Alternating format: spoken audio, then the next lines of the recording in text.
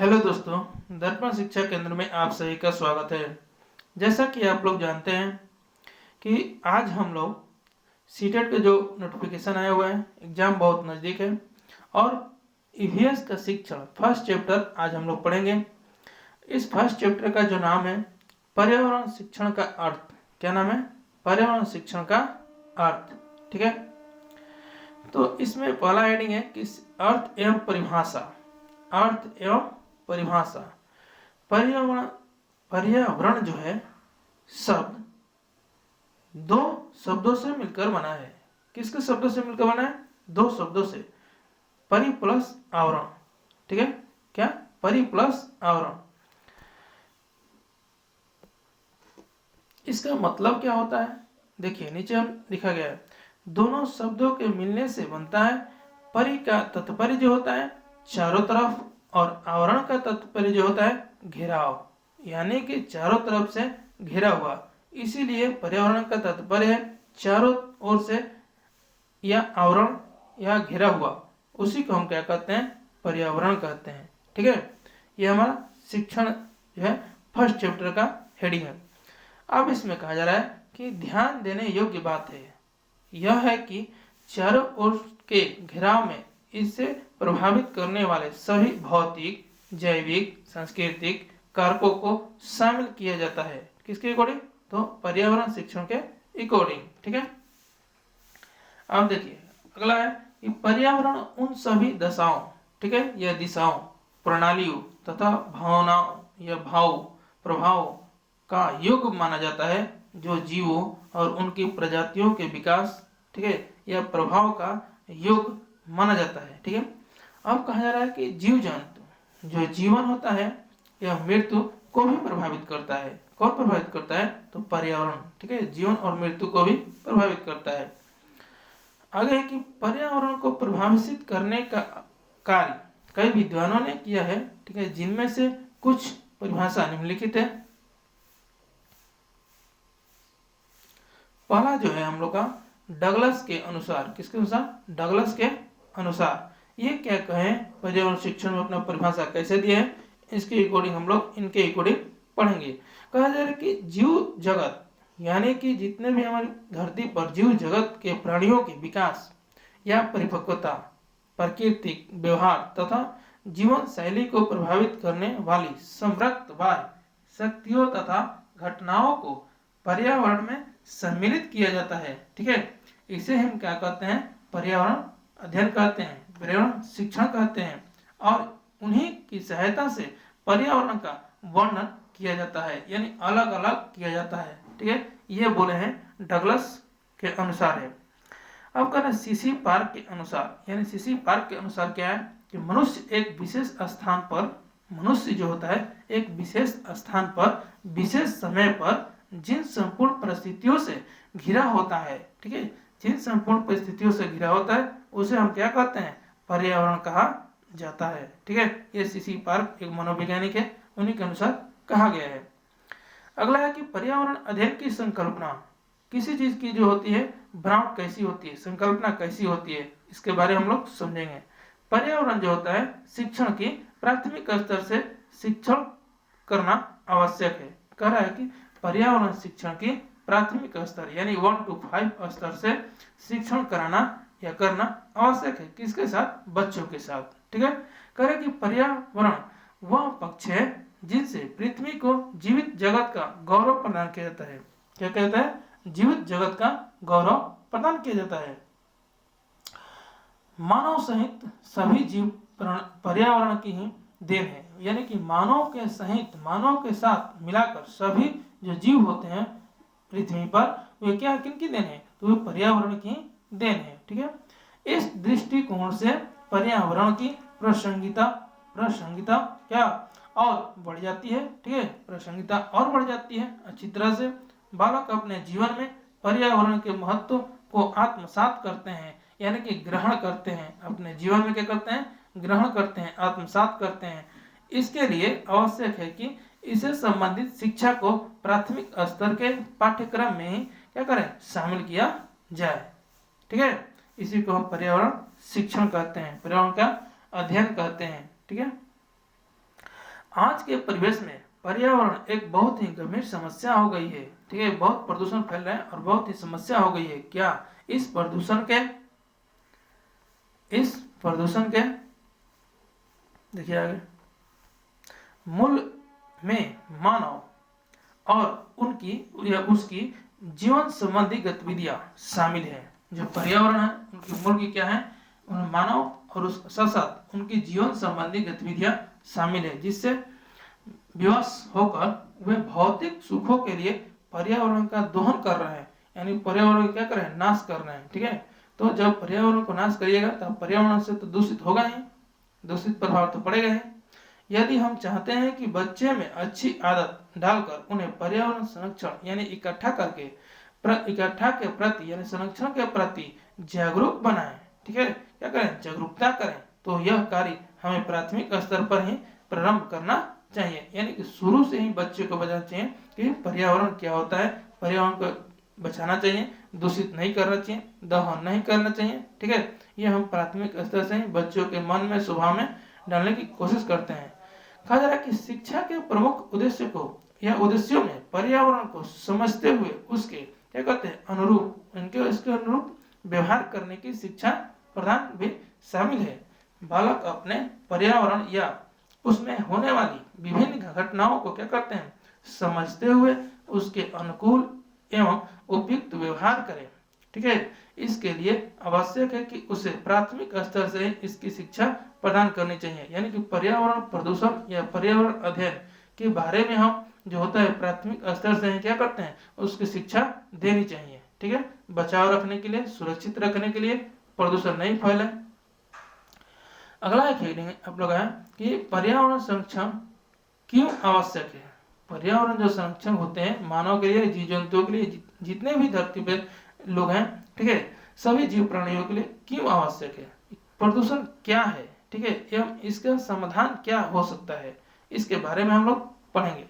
देखिए, इस प्रश्न के उत्तर को समझने के लिए बालकों की सक्रिय भागीदारी अत्यंत आवश्यक है। जब तक बच्चे सक्रिय रूप से अंदर से सक्रिय यानी सीखने के लिए लायक नहीं रहेगा, सीखने के लिए उत्सुक नहीं रहेगा, तो इसे समझना अनावश्यक है। लेकिन जब यही बच्चा सक्रिय और भागीदारी लेगा उसमें, तो बहुत ही अच्छी तरह और सरल ढंग से सीख जाएगा। बालक को सैद्धांतिक तरीकों से क्या करना चाहिए, इसकी अवधारणाओं से अवगत नहीं करा सकते हैं। ठीक है, सैद्धांतिक तरीका से नहीं करा सकते हैं, तो कैसे करेंगे। यदि इस समस्या से बचने के लिए हमें प्राथमिक स्तर पर बच्चों को इसके क्या करते हैं संबंध में शिक्षा नहीं दी गई, तो यह आवश्यक नहीं कि वे आगे चलकर पर्यावरण के हितैषी साबित हो सके। यानी कि प्राथमिक स्तर पर हम बच्चों को पर्यावरण का यानी पर्यावरण अध्ययन यानी शिक्षण का हम क्या करेंगे, ज्ञान नहीं देंगे, तो आगे भी चल के उनसे हम आशा नहीं रख सकते हैं कि वे पर्यावरण को सुरक्षित एवं संरक्षण करेगा। ठीक है, तो उनकी सक्रिय भागीदारी वाले पाठ्यक्रम सहित पर्यावरण अध्ययन को प्राथमिक स्तर से ही शामिल किया जाना आवश्यक है। कब, किस स्तर से, तो प्राथमिक स्तर से ही उनको शामिल किया जाना आवश्यक है। ठीक है, कहा जा रहा है कि पर्यावरण अध्ययन के अंतर्गत मुख्य रूप से जैव मंडल का अध्ययन किया जाता है। किस मंडल का, तो जैव मंडल का अध्ययन किया जाता है मुख्य रूप से। ठीक है, क्योंकि जैव मंडल में जितने भी जीव जंतु निवास करते हैं वे सभी पर्यावरण द्वारा प्रभावित होते हैं। समझ गए, जीव जंतु जितने भी पर्यावरण यानी जैव मंडल में निवास करते हैं वे सभी जो होते हैं पर्यावरण द्वारा प्रभावित होते हैं। ठीक है, जैव मंडल के सभी जैविक एवं अजैविक घटकों की विशेषताओं एवं अंतर संबंधों का अध्ययन पर्यावरण की विशिष्ट है, यानी कि उसकी देन है। अतः इसका अध्ययन आवश्यक है कि हम लोग पर्यावरण के बारे में उसके अच्छी तरह से जानें और इसका अध्ययन करें। ठीक है, और बच्चे को ही पर्यावरण यानी कि 1 to 5 प्राथमिक लेवल से ही उसको बताया जाए। दूसरी बात कह रहा है कि पर्यावरण संरक्षण यानी कि पर्यावरण को जो बचाने के तरीके हैं उसके दृष्टिकोण, उसको देखने के जो तरीके हैं से अनुशासन एवं नियमों का पालन करते हुए इस बात का ध्यान रखना आवश्यक हो जाता है कि हमारे कार्यकलाप से पर्यावरण को किसी प्रकार की कोई हानि नहीं हो। समझ गए, यानी कि पर्यावरण संरक्षण के दृष्टिकोण जो होता है उसके अनुसार नियमों का पालन किया जाता है, उसके अनुसार अनुशासन जो होता है पालन किया जाता है। अब ये अगर है कि इस बात का ध्यान भी रखना चाहिए कि आवश्यक हो सकता है कि हमारे कार्यकलाप जो हम कार्य कर रहे हैं, कार्यकलाप से पर्यावरण को किसी प्रकार की कोई हानि नहीं हो, ठीक है, या नहीं हो रही है। इसीलिए इससे संबंधित अच्छी आदतों के विकास को क्या करते हैं, बाल्यकाल से ही प्रारंभ कर देना चाहिए कि कैसे हम इसको सुरक्षित अच्छी तरह से अच्छे ढंग से रख सके। कह रहा है कि पर्यावरण समस्याओं की जटिलताओं को समझना तथा समस्या समाधान की क्षमता एवं विश्लेषणात्मक चिंतन के विकास के लिए भी यह आवश्यक है कि इसकी शिक्षा प्राथमिक स्तर से ही प्रारंभ होना चाहिए। ठीक है, ये चीज कहाँ से स्टार्ट करनी चाहिए, तो ये प्राथमिक स्तर से ही प्रारंभ होना चाहिए। ठीक है, अगला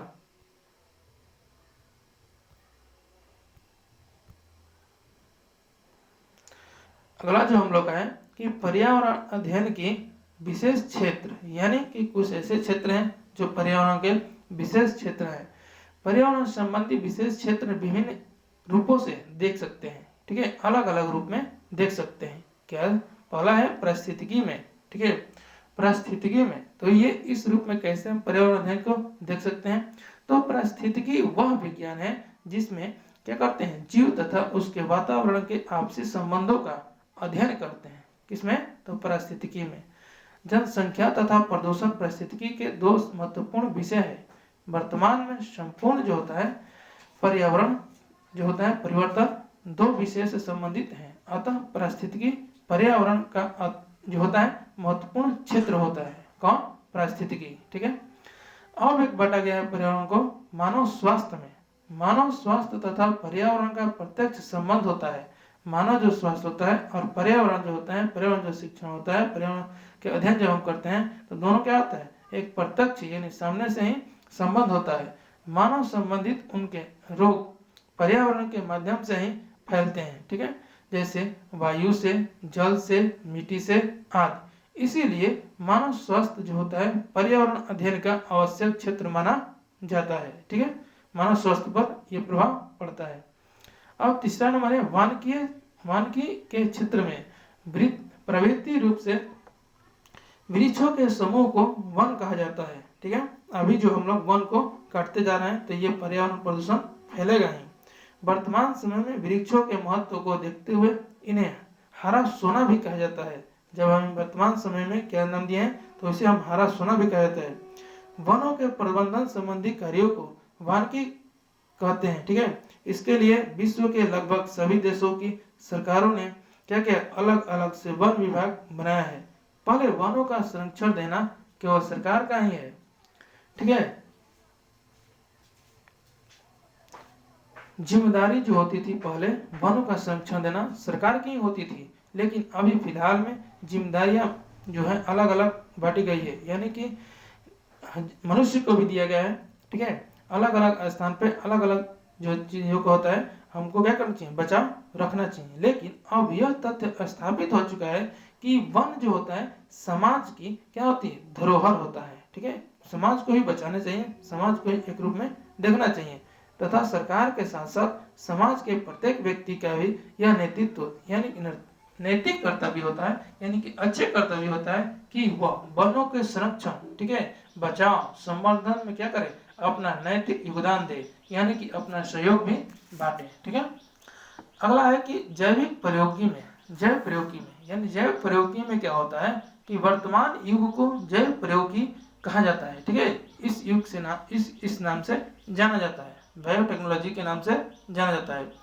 पर्यावरण तथा जैव प्रयोगी के मध्य गहरे संबंध है। ठीक है, जैव प्रयोगी की सहायता से पर्यावरण की गुणवत्ता को बनाए रखने के लिए प्रयास किए जाते हैं। ठीक है, और क्या किया जाता है कि जैव प्रयोगी में कि पर्यावरण प्रदूषण को कम करने के लिए भी क्या करते हैं, जैव प्रयोग का सहारा लिया जाता है। ठीक है, यह हमारा अगला हम देखेंगे हेडिंग, ये पर्यावरण अध्ययन का महत्व, यानी कि जब हम शिक्षण पढ़ते हैं तो पर्यावरण अध्ययन का क्या महत्व है। ठीक है, इसमें कहा जा रहा है कि पर्यावरण अध्ययन बुनियादी तौर पर एक प्रासंगिक विषय है।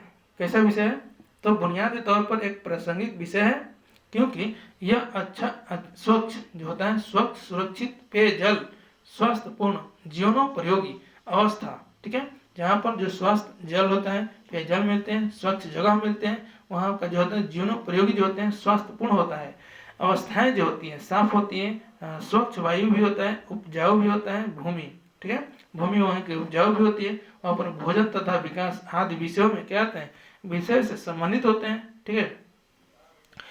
पर्यावरणीय समस्याओं से निपटने के लिए, पर्यावरणीय जो समस्या होता है उसके निपटने के लिए प्रत्येक स्तर पर प्रशिक्षित मानव संसाधन की आवश्यकता होती है।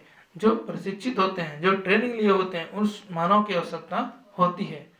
अगला जो है कि पर्यावरण नियम, व्यवसाय, प्रबंधन तथा पर्यावरणीय प्रयोगी इत्यादि का होता है तेजी से विकास हुआ है, ठीक है। एवं पर्यावरण के बचाव तथा प्रबंधन के क्षेत्र में नवीन रोजगार के अवसर भी क्या है, उभर कर सामने आई है। इसमें नवीन रोजगार भी लोगों को मिलती हुई आई है, ठीक है। अब एक बात कहा जा रहा है कि प्रदूषण नियंत्रण, यानी प्रदूषण के बारे में, उसके बारे में नियंत्रण, उसकी देखभाल करने के लिए नियम कठोर होने के कारण औद्योगिक इकाइयों को अपने अपशिष्ट के निस्तारण में काफी परेशानियों का सामना करना पड़ रहा है, ठीक है।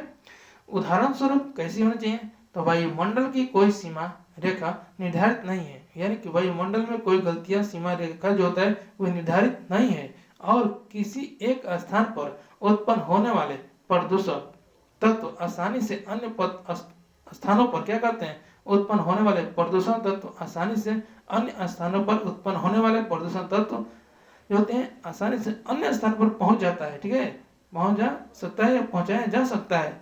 किसी स्थान पर शहरों अथवा कारखानों के गंदे पानी द्वारा प्रदूषित की गई नदियों के जल का क्या कहते हैं प्रभाव इसके निचले भागों में उपस्थित जल जीवन को आवश्यक प्रभावित करता है।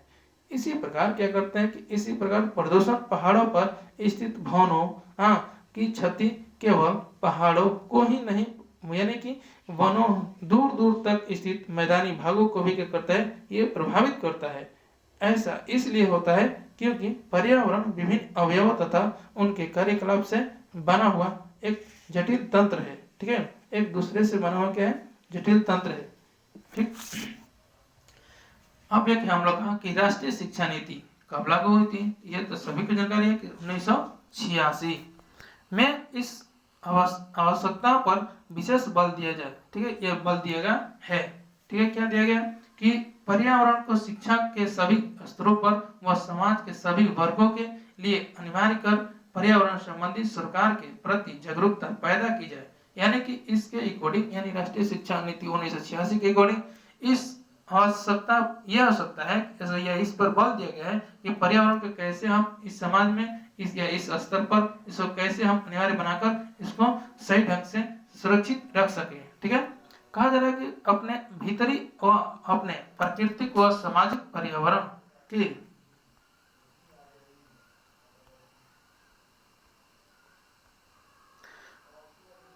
साथ जो होता है सामंजस्य स्थापित करते हुए रहना एक मूल मानवीय आवश्यकता है, ठीक है। एक व्यक्ति के व्यक्तित्व का भली भांति विकास एक ऐसे माहौल में संभव हो सकता है जो शांतिपूर्ण है, ठीक है। एक व्यक्ति का व्यक्तित्व कैसे माहौल में जो होता है विकास हो सकता है, तो उस ऐसा माहौल होना चाहिए जहां पर शांतिपूर्ण हो। एक अशांत प्रकृति जहां पर कोई शांति नहीं है, ठीक है। सामाजिक वातावरण अक्सर मानवीय संबंधों में तनाव लाता है, ठीक है। जहां पर सामाजिक वातावरण नहीं होते हैं उसमें अक्सर ही तत्वों को देख जाते हैं, चाहे समाज को, उसमें तनाव उत्पन्न होते हैं जिससे असहिष्णुता और संघर्ष पैदा होती है। इस दृष्टिकोण से भी पर्यावरण अध्ययन का क्या बनता है, शिक्षण अनिवार्य होना चाहिए। अगला कहा जा रहा है कि एकीकृत पर्यावरण अध्ययन, एकीकृत जो होता है यानी कि उपागम, एकीकृत यानी एक दूसरे से जोड़कर, एकीकृत उपागम का तात्पर्य यह है कि शिक्षा के उस दृष्टिकोण से है जिसे अपनाकर अलग अलग विषयों के शिक्षण के साथ स्थान पर सभी विषयों के सम्मिलित स्वरूप के शिक्षण पर क्या करते हैं, जोर दिया जाता है। ये जो होता है हमारा पर्यावरण अध्ययन। कौन सा पर्यावरण अध्ययन, तो एकीकृत के अकॉर्डिंग, ठीक है, एक के बाद एक सदस्य को जोड़ते हैं। अगला पहला इसमें कि पर्यावरण अध्ययन शिक्षण के एकीकृत उपागम का प्रयोग करके करने या करने का क्या होता है, आधार यह है कि इस विषय के अन्य उप विषय हैं, जैसे कि पर्यावरण कैसे बनाया गया, तो भूगोल, भौतिक विज्ञान, रसायन विज्ञान, जीव विज्ञान, परिस्थितिकी आदि आपस में क्या हुए हैं, जुड़े हुए हैं, तो उसी को हम क्या कहते हैं, पर्यावरण अध्ययन करते हैं। और शिक्षक इनकी पाठ्यचर्या के मध्य क्या करते हैं, संबंध को जोड़ सकते हैं। ठीक है। दूसरा, एकीकृत उपागम समन्वय तथा समन्वय के सिद्धांतों पर क्या करते हैं, आधारित होते हैं। ठीक है। इन सिद्धांतों के अनुसार क्या होता है, ज्ञान जो होता है सदैव एक इकाई के रूप में इकट्ठा अर्थात विद्यमान रहता है। ठीक है। तथा ये जो होते हैं एक दूसरे से संबंधित होते हैं, यानी कि एक दूसरे से क्या होता है, जुड़ाव रहता है। अगला है जो यह जुड़ाव रखते हैं, कारण कि यह कारण है, ये कैसा कारण है कि हम अपने दैनिक जीवन में ज्ञान को क्या करते हैं, सदैव एक इकाई के रूप में इकट्ठा ही प्रयोग में लाते हैं। विज्ञान एवं पर्यावरण अध्ययन के विविध विषयों के ज्ञान के विषयों में यह पता पूर्णतः सत्य है। ठीक है। एकीकृत जो होता है उपागम को एक उदाहरण से अच्छी तरह समझा जा सकता है। एकीकृत उपागम जो होता है एक अच्छी तरह से उसको एक उदाहरण देके, एग्जाम्पल देके क्या करते हैं, उसको समझा जा सकता है। ठीक है। यदि शिक्षक को पानी के विषय में पढ़ाना है तो वह हमारे पर्यावरण में इसकी उपलब्धता एवं इससे प्राप्त ऊर्जा के विषय में बताए, यानी कि पानी क्यों आवश्यक है, किस चीज में जरूरत पड़ता है, इसके बारे में क्या करें, वे बताएं। ठीक है। अब करेंगे जो कि भौतिक विज्ञान, भूगोल एवं पर्यावरण की विषय वस्तु होगी। ठीक है। सबको ही जोड़कर पर्यावरण अध्ययन बनाया जाता है।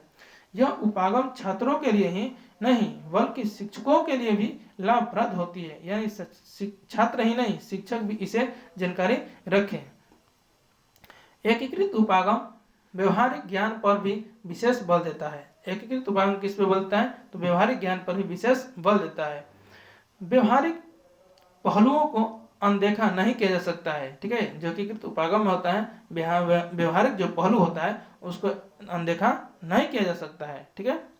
कह रहा कि शिक्षण के एकीकृत उपागम के महत्व को ध्यान में रखकर ही विज्ञान की पाठ्यचर्या को क्या करते हैं, एकीकृत रूप में पढ़ाने पर जोर दिया जाता है। ठीक है। समाप्त हो गया ये हमारा फर्स्ट लेसन जो पर्यावरण शिक्षण का था, पर्यावरण अध्ययन। ठीक है। और ये सीटेट के लिए बहुत ही महत्वपूर्ण चैप्टर है, इसको आप लोग ध्यान से समझें, सुने। ठीक है। और अपने दोस्तों के साथ शेयर करें, लाइक सब्सक्राइब करते रहें। धन्यवाद। थैंक्स।